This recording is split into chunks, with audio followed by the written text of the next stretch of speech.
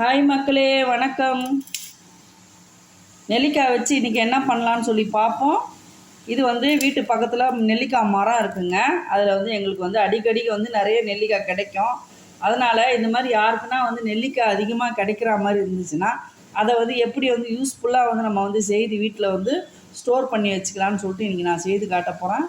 அப்படி இல்லை, நீங்கள் எனக்கு நெல்லிக்காய் கிடைக்காதுன்னா கடையில் நீங்கள் 1/4 கிலோ 1/2 கிலோன்னு சொல்லிட்டு கொஞ்சமாக வாங்கி செய்து பாருங்கள். இதில் என்னெல்லாம் செய்யலாம், வீட்டுக்கு உபயோகமாக எப்படிலாம் பயன்படுத்தலாம்னு சொல்லிட்டு உங்களுக்கு ஒன்று ஒன்றா நான் செய்து காட்டுறேன். இப்போதைக்கு இந்த நெல்லிக்காவை எப்படி ஈஸியான முறையில் வீட்லேயே பவுடர் பண்ணலாம் அப்படின்னு சொல்லிட்டு செய்து பார்க்கலாம். வாங்க வீடியோக்குள்ளே போவோம். முதல்ல இந்த நெல்லிக்காவை நல்லா தேர்வு செஞ்சு எடுத்துக்குங்க. சில நெல்லிக்காயில் இந்த மாதிரி கருப்பு கருப்பாக பூச்சி மாதிரி இருக்குது.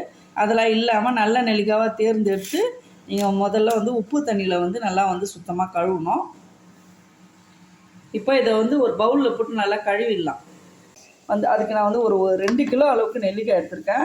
நல்லா இப்போ சுத்தமாக 2 தண்ணியில் கழுவிட்டு கொஞ்சமாக கல் உப்பு போட்டு வச்சுருக்கேன். ஏதாச்சும் இதில் கிருமி இருந்துச்சுன்னா அது இதுவாகிடும். இப்போ ஒன்று ஒன்றா எடுத்து ஈஸியான முறையில் எப்படி இதை நசுக்கிட்டு நம்ம பவுட்ரு பண்ணலான்னு பார்ப்போம். 4 நெல்லிக்காய் கிட்ட திருவி பார்த்தாங்க. ரொம்பவே கை வலிச்சுது, திருக முடியல. இவ்வளோ நெல்லிக்காயும் திருவணுன்னா கை வலிக்கும். கை வலிக்காமல் ஈஸியாக எப்படி நம்ம இதே மாதிரி தூளாக துருவலான்னு சொல்லிட்டு நான் செய்து காட்டுறேன். இப்போ இது அப்படியே இருக்கட்டும். இது ஒரு கவர் கீழே போட்டுங்க. திக்கான கவராக தரையில் போட்டுக்கோங்க. இல்லை இஞ்சி பூண்டு கல் இருந்தாலும் அது உள்ளேயும் வச்சுக்கலாம். எனக்கு இதுதான் ரொம்பவே வாட்டமாக இருக்கும். ஒரு நெல்லிக்காய் எடுத்துக்கோங்க. மாதிரி தட்டும்போது ரொம்பவே ஈஸியாக இருக்குங்க. பாருங்கள், ஒரே அடியில் கழண்டு வந்துடும். அந்த விதை உடையாத அளவுக்கு நம்ம ஈஸியாக எடுத்துடலாம்.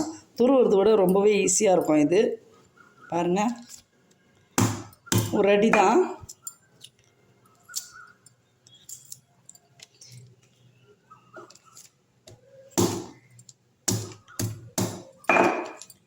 அவங்க எவ்வளோ ஈஸியாக இருக்குது பார்த்தீங்களா?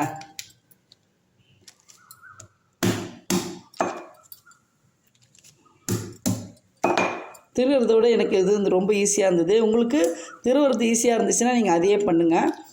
பாருங்கள், இதே மாதிரி எல்லாத்தையும் நான் தட்டிட்டு உங்களுக்கு காட்டுறேன். உண்மையாலுமேங்க இந்த மெத்தட் ரொம்ப ஈஸியாக இருக்குது. ஒரு 5 நிமிஷம் போதும் நம்மளுக்கு. ஒரே அடியில் நம்ம அடிக்கிற விதம்னு ஒன்று இருக்குது. முதல்ல நான் பொடிசாக அடித்தேன். இப்போ நடுவில் பார்த்து அடிக்கும்போது நம்மளுக்கு அழகாக 3 துண்டாக கழண்டு வந்துடுது. ரொம்பவே யூஸ்ஃபுல்லாக இருக்குது. சொத்தையாக இருந்துச்சுனாலும் நம்மளுக்கு ஈஸியாக தெரிஞ்சிடும். அதை கழிச்சிடலாம். பாருங்கள், 3ஆக கழண்டு வந்துடுது பாருங்கள். துருவுறதோட இது ரொம்ப ஈஸியாக இருக்குது. அவ்வளோதான். நம்மளுக்கு இந்த மாதிரி மேல் பகுதியில் வச்சு அடிக்கும்போது 3 பக்கமும் நல்லா கழண்டு வந்துடுது. இந்த சைடில் வச்சு அடிக்காதீங்க. அப்போ செதுறுது அப்படியே. இது பாருங்க, அவ்வளோ ஈஸியாக இருக்குது பார்த்தீங்களா?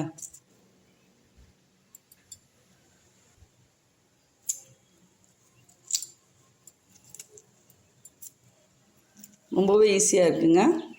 அவ்வளோதாங்க. எண்ணி 3 நிமிஷம் கூட ஆகலைங்க. அதுவே அதிகம்தாங்க. 3 நிமிஷத்தில் நம்ம அழகாக உடச்சி எடுத்தாச்சு. இப்போ இந்த சீட்ஸையும் நான் வேஸ்ட்டு பண்ண மாட்டேன். இதையும் நான் தலைக்கு செம்பருத்தியை வச்சு நான் ஒரு பேக் ரெடி பண்ணுவேங்க. அதுக்கு இதை பயன்படுத்திப்பேன். நான் ஃப்ரீயாக இருக்கும்போது இந்த சீட்ஸ் எல்லாம் எடுத்துகிட்டு இதை காய வச்சு அதுக்கு யூஸ் பண்ணிப்பேன். ஒரு மிக்ஸி ஜார் எடுத்துக்கோங்க. கொஞ்சம் கொஞ்சமாக போட்டு துருவிட்டு வந்துடலாம். ஒரு 2 கைப்பிடி அளவு போட்டுருங்க. நல்லா துருவிட்டு வந்துடலாம். அவ்வளோதாங்க, நல்லா துருவியாச்சு. இந்த தேங்காய் துருவுற மாதிரி மிக்ஸி ஜார்லேயே துருவிடலாம். கையில் துருவுறத விட இது ரொம்பவே குயிக்காக முடிஞ்சிடும் நமக்கு. இப்போ இதை எடுத்து ஒரு பிளேட்டில் ஆற வச்சிடலாம். அதே மாதிரி நான் எல்லாத்தையும் துருவிட்டு உங்களுக்கு காட்டுறேன். உங்கள் வீட்டில் இந்த மாதிரி ஒரு கண்ணு வடி இருந்துச்சுன்னா ஒரு பாத்திரம் வச்சு அது மேலே வச்சு இதை அரைச்சிட்டு போடுங்க. இதில் தண்ணீர் இந்த ஜூஸ் இருந்துச்சுன்னா கூட சொட்டுச்சுன்னா அதை நம்ம யூஸ் பண்ணி குடிச்சிடலாம். இது அப்படியே வடிஞ்சிட்ருக்கட்டும். பிழிஞ்சால் தான் வரும். அப்படியே வந்துச்சுன்னா நம்ம யூஸ் பண்ணிக்கலாம். இன்னொரு பகுதியும் அரைச்சாச்சு பாருங்கள். நல்லா துருவெலாம் எந்த அளவுக்கு அரைச்சிக்குங்க. மையாக அரைக்க வேண்டாம், துருவுனா போதும். பாருங்க, கொஞ்ச நேரம் அப்படியே வடியில் இருக்கட்டும். 3ஆவது ஷிஃப்ட்டும் அரைச்சாச்சு.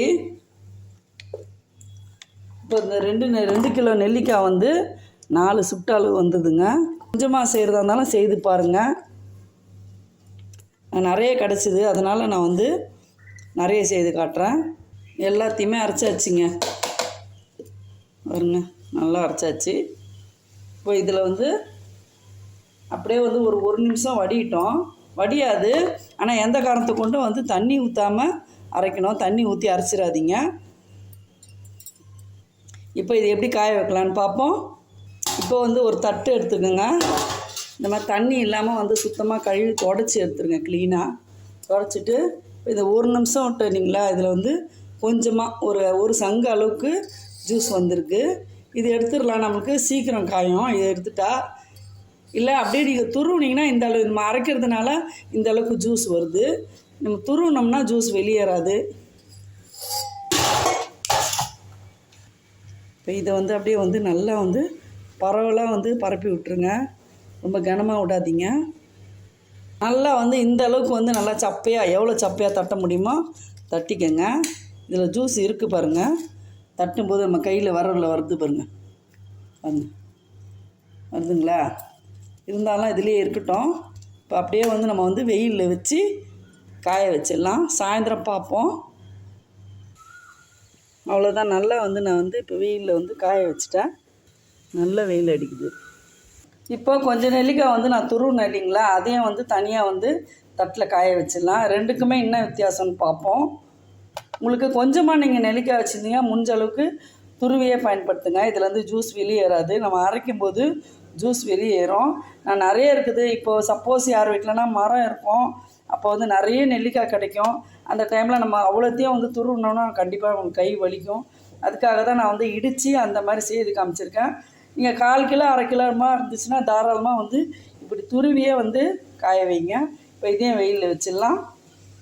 இதையும் வந்து வெயிலில் வச்சாச்சு. இல்லை காயட்டும். ரெண்டுத்தையுமே சாயந்தரம் எப்படி இருக்குதுன்னு பார்ப்போம். சாயந்தரம் ஆகிடுச்சிங்க. காலையிலேருந்து சாயந்தரம் வரலாம் காய்ஞ்சிருக்குது. ஓரளவுக்கு காய்ஞ்சிருக்கு.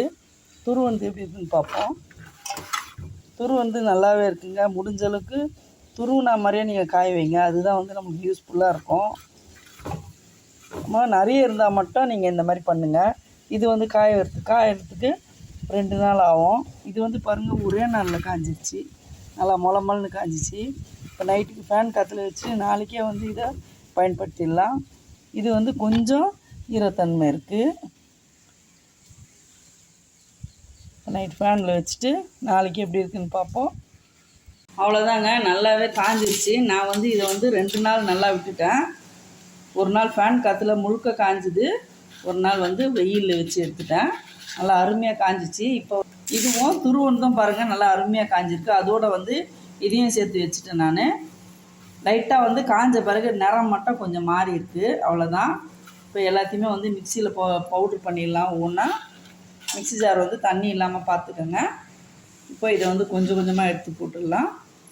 ஒரு 2 சிட்டு 3 சிட்டாக வந்து நம்ம அரைச்சிருவோம். நிறைய நெல்லிக்காய் இருந்தால் மட்டும் நீங்கள் வந்து இந்த மாதிரி அரைச்சிட்டு காய வைங்க.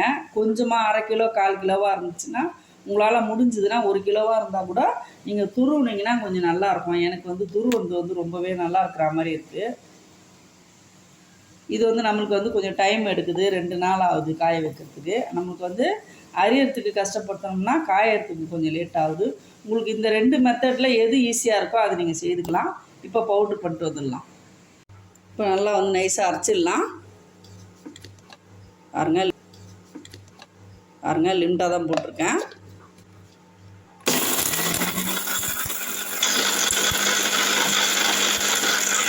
அவ்வளோதாங்க, நல்லாவே வந்து பவுட்ரு ஆயிடுச்சு. மெதுவாகவே தரப்போம்.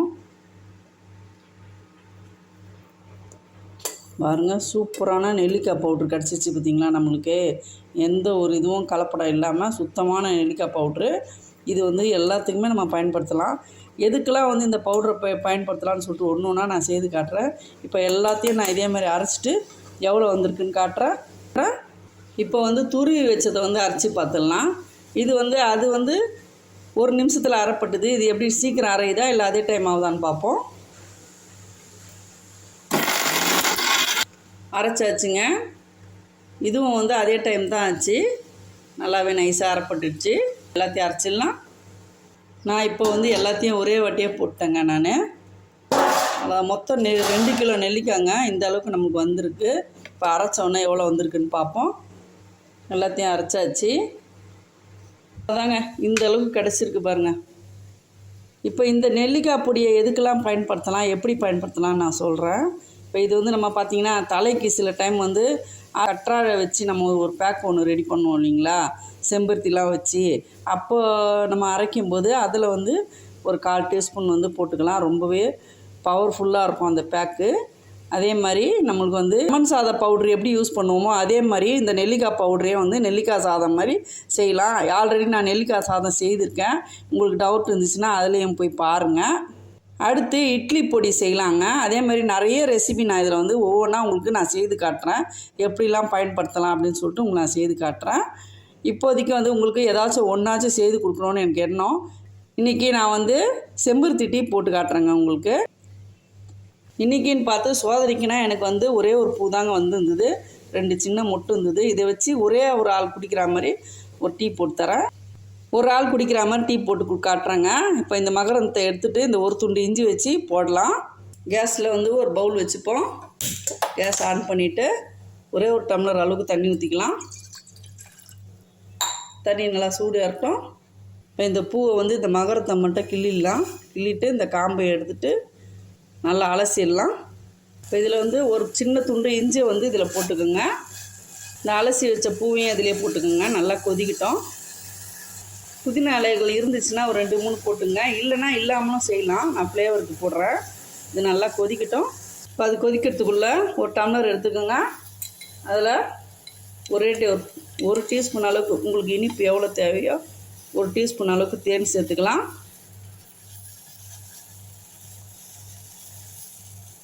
இனிப்பு அதிகமாக வேணும்னா கூட 1/2 ஸ்பூன் போட்டுக்கோங்க.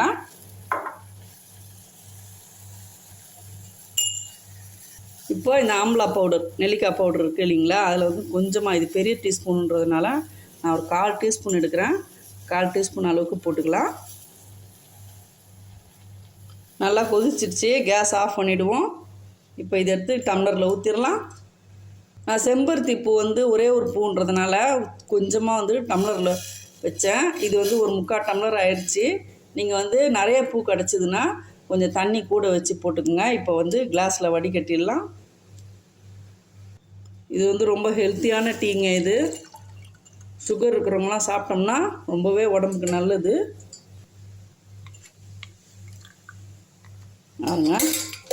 இதில் வந்து நம்ம வந்து லெமனே சேர்க்கலை, ஆம்லா தான் சேர்த்துருக்கோம். எந்த கலரில் இருக்குது பார்த்தீங்களா, ரெட் கலரில் இருக்குது பாருங்கள். நல்லா கலக்கிடுங்க. நான் இன்னொரு சின்ன கண்ணாடி கிளாஸில் ஊற்றி காட்டுறேன். குவான்டிட்டி கம்மியாக இருக்குது. ஒரு ஆள் குடிக்கிற அளவுக்கு தாங்க போட்டிருக்கேன். பாருங்கள், இந்த டீ வந்து ரொம்ப டேஸ்ட் சூப்பராக இருக்கும். உடம்புக்கு ரொம்பவே ஆரோக்கியங்க இது. கண்டிப்பாக இதே மாதிரி நீங்களும் டீ போட்டு குடிச்சிட்டு எப்படி இருந்துச்சுன்னு சொல்லி கமெண்டில் சொல்லுங்கள். நிறைய பேர் வீட்டில் வந்து செம்பருத்தி மரம் இருக்கும். அதை எப்படி பயன்படுத்துறதுன்னு தெரியாமல் சும்மாவே வச்சுட்ருப்பாங்க. இதயத்துக்கு ரொம்பவே நல்லதுங்க செம்பருத்தி பூ. நெல்லிக்காய் வந்து கிடச்சிதுன்னா இதே மாதிரி பவுட்ரு பண்ணி வச்சு ஸ்டோர் பண்ணி வச்சு நீங்கள் பயன்படுத்தலாம். பல விஷயத்துக்கு பயன்படுத்தலாம்.